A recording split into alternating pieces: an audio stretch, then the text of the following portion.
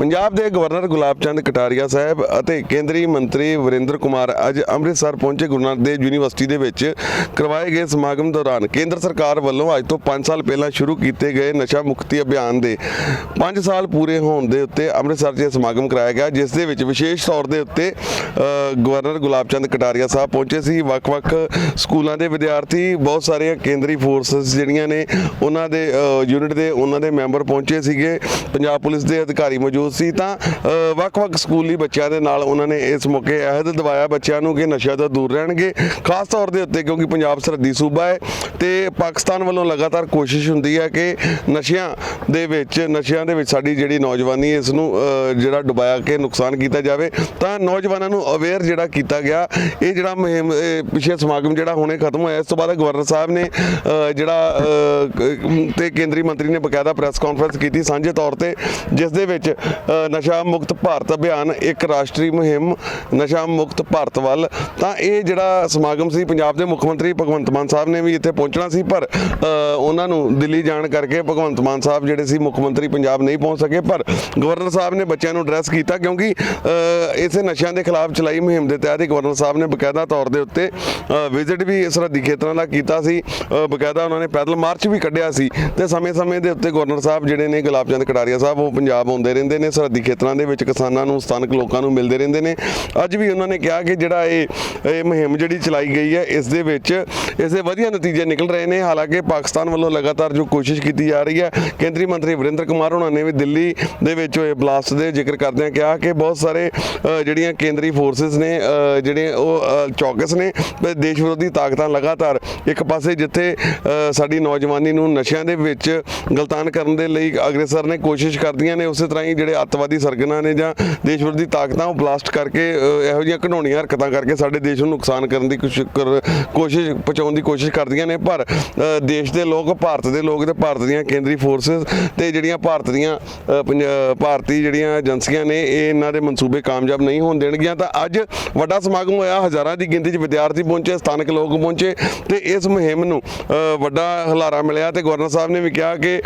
ਜਿਸ ਤਰ੍ਹਾਂ ਇਸ ਨੂੰ ਇੱਕ ਹੁੰਗਾਰਾ ਮਿਲ ਰਿਹਾ, ਜਿਵੇਂ ਲੋਕ ਇਸ ਦੇ ਵਿੱਚ ਸਾਡਾ ਸਾਥ ਦੇ ਰਹੇ ਨੇ, ਬਹੁਤ ਛੇਤੀ ਅਸੀਂ ਜਿਹੜਾ ਦੇਸ਼ ਨੂੰ ਨਸ਼ਾ ਮੁਕਤ ਕਰਕੇ ਦੇਸ਼ ਦੀ ਨੌਜਵਾਨੀ ਨੂੰ ਦੇਸ਼ ਦੀ ਤਰੱਕੀ ਦੇ ਵਿੱਚ 2047 ਤੱਕ ਦਾ ਜਿਹੜਾ ਟਾਰਗੇਟ ਮਿਥਿਆ ਹੈ, ਉਸ ਦੇ ਵਿੱਚ ਦੇਸ਼ ਨੂੰ ਜਿਹੜਾ 1 ਨੰਬਰ ਦਾ ਸੂਬਾ ਵਿਸ਼ਵ ਦੇ ਵਿੱਚ 1 ਨੰਬਰ ਦਾ ਰਾਜ ਦੇਸ਼ ਬਣਾਉਣ ਦੇ ਲਈ ਜਿਹੜਾ 2047 ਤੱਕ ਦਾ ਟੀਚਾ ਮਿਥਿਆ, ਉਸ ਦੇ ਵਿੱਚ ਨੌਜਵਾਨੀ ਜਿਹੜੀ ਸਾਡੀ ਨਸ਼ਿਆਂ ਤੋਂ ਦੂਰ ਹੋ ਕੇ ਯੋगदान पाएगी। 5 वर्ष पूरे होने पर आज पूरे देश में पंजाब की धरती से वर्चुअल माध्यम से यूनिवर्सिटी, स्कूल, धार्मिक आध्यात्मिक संगठन, सामाजिक संगठन,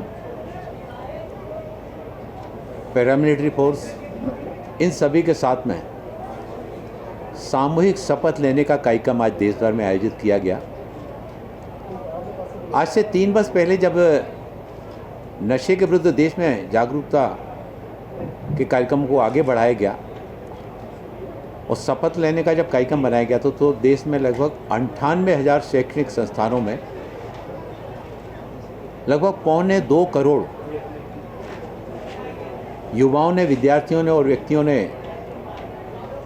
नशा मुक्त भारत अभियान कार्यक्रम के अंतर्गत शपथ में अपना योगदान दिया था। उसके अगले वर्ष जब कार्यक्रम का आयोजन किया गया तो लगभग 2 लाख से ज़्यादा शैक्षणिक संस्थानों में इस अभियान के अंतर्गत लगभग 2 करोड़ से 25 लाख से ज़्यादा व्यक्तियों ने नशे के विरुद्ध शपथ लेने में अपना योगदान दिया। और पिछले वर्ष जब इस कार्यक्रम का आयोजन हुआ तो 3 लाख शैक्षणिक संस्थानों में 3 करोड़ 44 लाख युवाओं, विद्यार्थियों और व्यक्तियों ने सामूहिक रूप से शपथ ली। ये कार्यक्रम कभी दिल्ली यूनिवर्सिटी में, कभी मुंबई में, कभी सागर यूनिवर्सिटी में, ऐसे अलग अलग स्थानों पर किए गए। इस वर्ष नशा मुक्त भारत अभियान कार्यक्रम पंजाब की धरती से अमृतसर में इस कार्यक्रम को करने का निर्णय लिया गया। देश भर में लगभग 3,000 संस्थानों में एक साथ इस कार्यक्रम का आयोजन हुआ और अभी तक जो आंकड़े आ रहे हैं लगभग 4 करोड़ व्यक्ति आज के इस कार्यक्रम में पूरे देश में शपथ लेने के कार्यक्रम में शामिल हुए। नशा एक बहुत बड़ी सामाजिक चुनौती है और इस चुनौती को ख़त्म करने के लिए राज्य सरकारों के साथ केंद्र सरकार और इसके साथ ही साथ सामाजिक, आध्यात्मिक, धार्मिक संगठन, शैक्षणिक संस्थान और विभिन्न धर्म गुरुओं का भी इसमें सहयोग आवश्यक है, क्योंकि ये काम अकेले केंद्र सरकार या राज्य सरकार के अकेले पहल करने से नशा समाप्त नहीं हो सकता है। नशे को समाज से समाप्त करने के लिए इसमें समाज की सामाजिक सहभागिता बहुत आवश्यक है। धर्म गुरुओं का आह्वान भी इसमें आवश्यक है और इसलिए सबको जोड़ते हुए नशा मुक्त भारत अभियान कार्यक्रम का देश के प्रधानमंत्री आदरणीय नरेंद्र मोदी जी के द्वारा 15 अगस्त 2020 को लाल किले की प्राचीर से ये आह्वान किया गया था और उसके बाद से इस कार्यक्रम के अंतर्गत स्कूलों, कॉलेजों में क्विज कंपटीशन के माध्यम से, पेंटिंग प्रतियोगिता के माध्यम से, फिर रंगोली के माध्यम से, संगीत की गतिविधियों के माध्यम से, नुक्कड़ नाटकों के माध्यम से, विभिन्न सांस्कृतिक कार्यक्रम के माध्यम से आज हमारे चाहे वो एनसीसी के कैडेट्स हों, एनएसएस के युवा हों, ये भी स्लम एरिया में जा रहे हैं, ऐसी बस्तियों में जा रहे हैं जहाँ पर बड़ी संख्या में नशे के लेने वाले आदि व्यक्ति रहते हैं। उनके बीच में जाकर उनके परिजनों के साथ में बैठकर कि नशा किस तरह से परिवार को खोखला कर रहा है, समाज को खोखला कर रहा है। और जब नशे से ग्रसित व्यक्ति दिन भर का परिश्रम करने के बाद जब घर आता है और अपनी मेहनत की कमाई जो है ना, अपने बीवी बच्चों को खर्च करने के स्थान पर, अपने माता पिता को दवा के लिए और उनकी सेवा के लिए खर्च करने के स्थान पर जब नशे में उड़ा कर आता है तो घर में आने के बाद कलह का वातावरण पैदा होता है, गाली गलौच होती है, मारपीट होती है और उस परिवार के प्रति भी देखने का समाज का दृष्टिकोण भी बदलता है। एक नशे से ग्रसित व्यक्ति जब नशा मुक्ति केंद्र में जाकर नशे की गिरफ्त से बाहर आता है तो केवल व्यक्ति अकेला सशक्त नहीं होता है, उस व्यक्ति के सशक्त होने के साथ ही साथ वो परिवार भी सशक्त होता है, समाज को भी सशक्त करने में अपना योगदान देता है और देश को भी सशक्त करने में योगदान देता है। देश के पंतप्रधान आदरणीय नरेंद्र मोदी जी कहते हैं कि हमारे देश की लगभग 65% आबादी युवा है और युवाओं की ऊर्जा को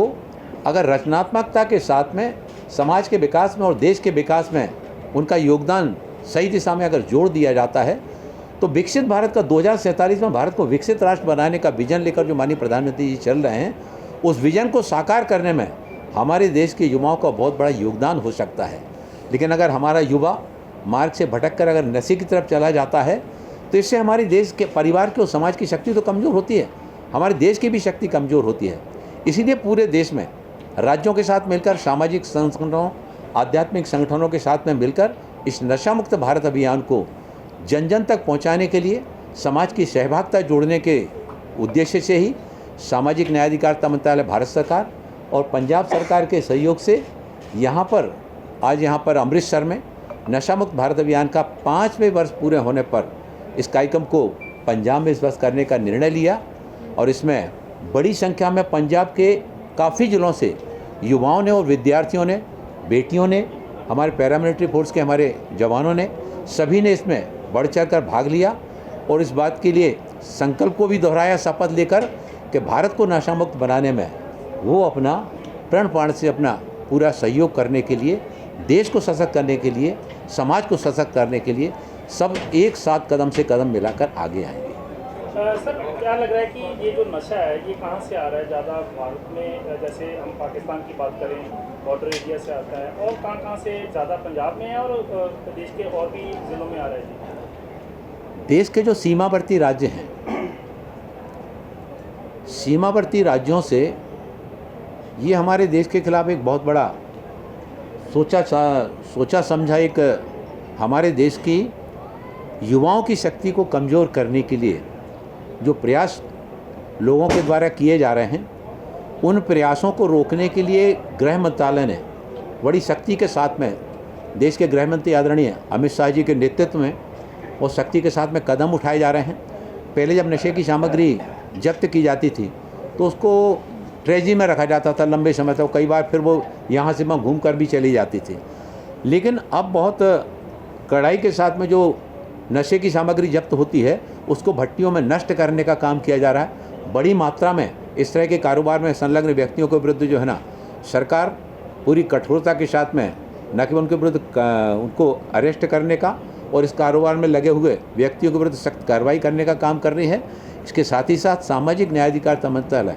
अवेयरनेस के प्रोग्राम चला करके हमें कैसे इस बुराई से समाज को बचाना है, युवाओं को बचाना है, इसमें कदम से कदम मिलाकर चल रहे हैं। सर, एंटी ड्रोन सिस्टम भी लगाए गए हैं भारत सरकार की ओर से सरहदों पर। जैसे गुलाब जी को मालूम है, ये पहले भी आते रहे हैं, इन्होंने पैदल यात्रा भी की है, लेकिन वो होने के बावजूद भी ड्रोन्स आ रहे हैं। उसको कैसे देख रहे हैं आप कि कैसे कंट्रोल किया जाए उसको? उसके प्रति भी सरकार टेक्नोलॉजी के मार्ग से जो है ना, टेक्नोलॉजी को अपनाते हुए उनको भी रोकने के लिए कदम आगे बढ़ा रही है। और पहले की तुलना में और आज की तुलना में काफ़ी परिवर्तन भी आया है और लोगों में एक खौफ का वातावरण, भय का वातावरण बनने लगा है। जो इस तरह के कारोबारी हैं कि सरकार जो है ना, सरकार अब पहले वाला सरकार नहीं है। ये सरकार जो है ना, अपने देश को बचाने के लिए, अपने युवाओं को बचाने के लिए, अपने देश को सशक्त करने के लिए बहुत शक्ति के साथ में आगे आ रही है। सर, जिस तरह आपने कहा कि पड़ोसी राज्य की साजिश है, हाल ही में जो दिल्ली में भी हुए, एक तरफ उस तरह की कोशिशें होती है, दूसरी तरफ के नाटकों की कोशिश रहती है कि हमारे युवाओं को फंसाया जाए। तो डबल, आप समझते हैं कि डबल खतरा है देश को? कोशिश वो दिल्ली में भी करते हैं और इधर नशे के जरिए भी करते हैं। सभी को पूरे देश में जो है ना, चाहे वो इस तरह के आतंकवादी घटनाओं की समस्या हो, घुसपैठियों की समस्या हो, इसमें सरकार के साथ साथ और हमारे प्रशासनिक अमलों के साथ साथ समाज को भी जागरूकता के साथ में आगे होने की आवश्यकता है। हमारे इर्द गिर्द कौन रह रहा है, हमारे मोहल्ले में कौन अनजान लोग आ रहे हैं, किस तरह के लोग, किस तरह के चेहरे जो नहीं दिखते थे, इस तरह की अवेयरनेस के साथ में अपने लोकल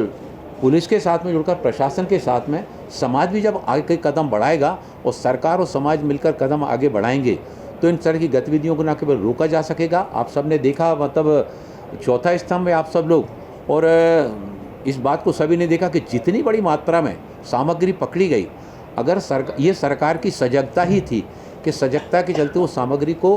पकड़ लिया गया समय रहते, अन्यथा बहुत बड़ा नुकसान हो सकता था। तो इसमें कहीं ना कहीं हमारे इंटेलिजेंसी के साथ ही साथ हमारे देश के नागरिकों की भी वो जो है ना जागरूकता, उसी के परिणाम स्वरूप बड़े नुकसान से देश को बचाया जा सका और आगे भी समाज ने और सरकार ने मिलकर इस दिशा में आगे बढ़ना है। सर, एक और बात है कि जो ट्रैवलिंग होगी, जो सामान आता है, चाहे नशे का आता है चाहे विस्फोटक आता है, वो हमारी गाड़ियाँ स्कैनिंग नहीं होती, स्कैनिंग सिस्टम लागू होना चाहिए क्या इंडिया में? सब तरह की टेक्नोलॉजी का उपयोग करने के लिए सरकार आगे आ रही है। ਪਹੁੰਚੇ ਪਰ ਅੰਮ੍ਰਿਤਸਰ 'ਚ ਅੱਜ ਗੋਲੀਬਾਰੀ ਦੀਆਂ 4 ਘਟਨਾਵਾਂ ਵਾਪਰੀਆਂ। ਅੰਮ੍ਰਿਤਸਰ ਸ਼ਹਿਰ ਦੇ ਵਿੱਚ 2 ਜਗ੍ਹਾ ਤੇ ਗੋਲੀਆਂ ਮਾਰ ਕੇ ਨੌਜਵਾਨਾਂ ਦਾ ਕਤਲ ਕਰ ਦਿੱਤਾ ਗਿਆ। तो मैं सोचता हूँ ये बात जो आप कह रहे हो इस पर सच्चाई है, इसको कोई नकार नहीं सकता, लेकिन मैं सोचता हूँ कि उसी मुस्तैदी के साथ पकड़े भी जा रहे हैं। अधिकांश केस जो है ना वो खोल पाए, लेकिन इस बीमारी के लिए मैं सोचता हूँ कि जिस प्रकार की शक्ति के साथ साथ जनता का भी जुड़ाव रहना चाहिए ताकि ऐसे अपराधियों को जल्दी से जल्दी पकड़ा जा सकता है। और मैं सोचता हूँ कि पिछले कुछ समय सरकार की घटनाओं में जिस प्रकार का एक तरह से बढ़ोतरी हो रही है वो चिंता का विषय है। हम सब लोग भी उसके बारे में बार बार बैठ रहे हैं, सोच रहे हैं कि क्या किया जा सकता है और प्रयत्न करेंगे कि घटना ऐसी हो नहीं, और अगर हो तो सर स्थिति को आप कैसे देखते हो? वीवीआईपी विजिट है, अमृतसर शहर, छेटा, मजीठा, गुरुजी, 4 जगह गोलीबारी की गई और बड़े बाजार में की गई है। देखो, मैं सोचता हूँ कि यहाँ लोगों के आपसी रंजिश के कारण से ये सब गोलियाँ चली हैं। कोई बाहर से आकर के व्यक्ति ने नहीं चलाई, एक्स व्यक्ति ने अपने ही परिवार के वाई व्यक्ति को चलाई है। अधिकांश तो ऐसे ही लोग हैं जो किसी न किसी आपसी अपने संबंधों से तनाव के कारण से उन्होंने इस प्रकार की घटना की है। मैं जहाँ तक सोचता हूँ, मैं सोचता हूँ ये जो सेंटिमेंट है, इस सेंटिमेंट के लिए हमको विशेष प्रयत्न करना चाहिए। सर, एक नशा बीमारी के रूप में देखा जाता है कि लोगों को बीमारी लग जाती है नशे की। एक सबसे बड़ी बीमारी एक और पंजाब में है, वो है गैंगस्टरवाद की। उसको आप कैसे देख रहे हो? गैंगस्टरवाद की सर, गैंगस्टर काफ़ी हैवी है यहाँ पर। मैं सोचता हूँ कि ये समस्या ही एक पंजाब की समस्या बन रही है। आप भी जान रहे हैं, मैं भी जान रहा हूँ, पर यह आज की तुरंत तैयार की हुई नहीं है। एक लंबे समय का कालखंड इसमें जा रहा है। लेकिन सरकार ने जिस सख्ती से अभी समय पर जो प्रयत्न किया है उसमें सफलता ही मिली है। और ये विशेष करके जो नए 3 कानून बने हैं, इन 3 नए कानून के कारण से जांच तुरंत होकर के सजा भी तुरंत मिल रही है। मेरे यहाँ जो चंडीगढ़ की है, अब तक जो 207 मुकदमों की फैसला हुई है उसमें से 91% सजा हुई है। इसका मतलब यह है कि कार्रवाई को कम समय में पूरी हो रही है, तुरंत हियरिंग के कारण से हो रही है और सज़ा का परसेंटेज बढ़ रहा है। इसका असर आज नहीं आएगा, साल भर बाद आपको दिखेगा कि वास्तव में ये जो पहले अपराध 10-10 साल तक चलते रहते थे वो स्थिति नहीं है। अब बहुत जल्दी उसके खिलाफ कार्रवाई होकर के जो भी अभियुक्त हैं उनको दंड मिल रहा है। कैमरा पर्सन विपिन शर्मा के नाल गगनदीप शर्मा, दैनिक सवेरा टीवी, अमृतसर।